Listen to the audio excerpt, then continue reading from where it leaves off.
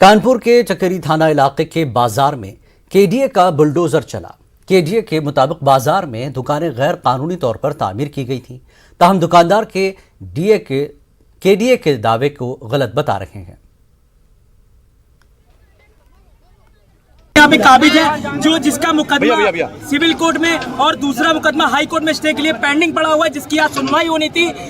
कल हमने केडीए के अधिकारियों व बीसी के सबसे मैंने मुलाकात करी है। मैंने कहा सर ये मेरा पेंडिंग केस है सर, जब तक कि मुझे इसमें कोई आदेश नहीं हो जाता तब तक की मोहलत दी जाए। उसके बाद अजीत सिंह तहसीलदार और ओएसडी शुक्ला जी ने कहा कि आपको मैं 4 दिन की मोहलत दूंगा, आप अपना सामान भी हटा लीजिए और अगर आपका स्टे हो जाता है तो हमें कोई परेशानी नहीं है। आज जबरन बिना किसी नोटिस बिना किसी उसके हमारी दुकान आपके पास रजिस्ट्री है और ओएसडी सर ने कल हमसे 10 लाख रुपए की डिमांड करी कि आप 10 लाख रुपए दे दीजिए। ओएसडी सर ने और अजीत सिंह तहसीलदार ने मिलकर। ओएसडी का नाम बताइए।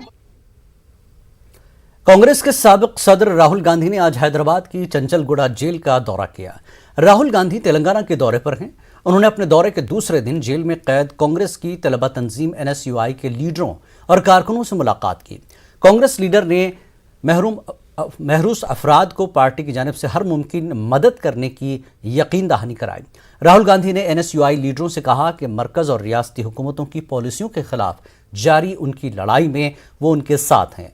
वाज़ेह के हाल ही में उस्मानिया यूनिवर्सिटी में धरना देने वाले एनएसयूआई के 18 कारकुन बशमूल एनएसयूआई के रियासती सदर बी वेंकट को पुलिस ने गिरफ्तार करके रिमांड पर दे दिया था।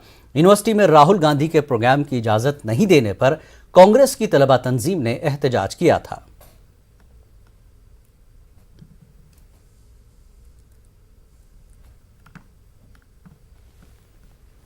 गाजियाबाद की निवाड़ी पुलिस ने एक ऐसे नौजवान का पर्दाफाश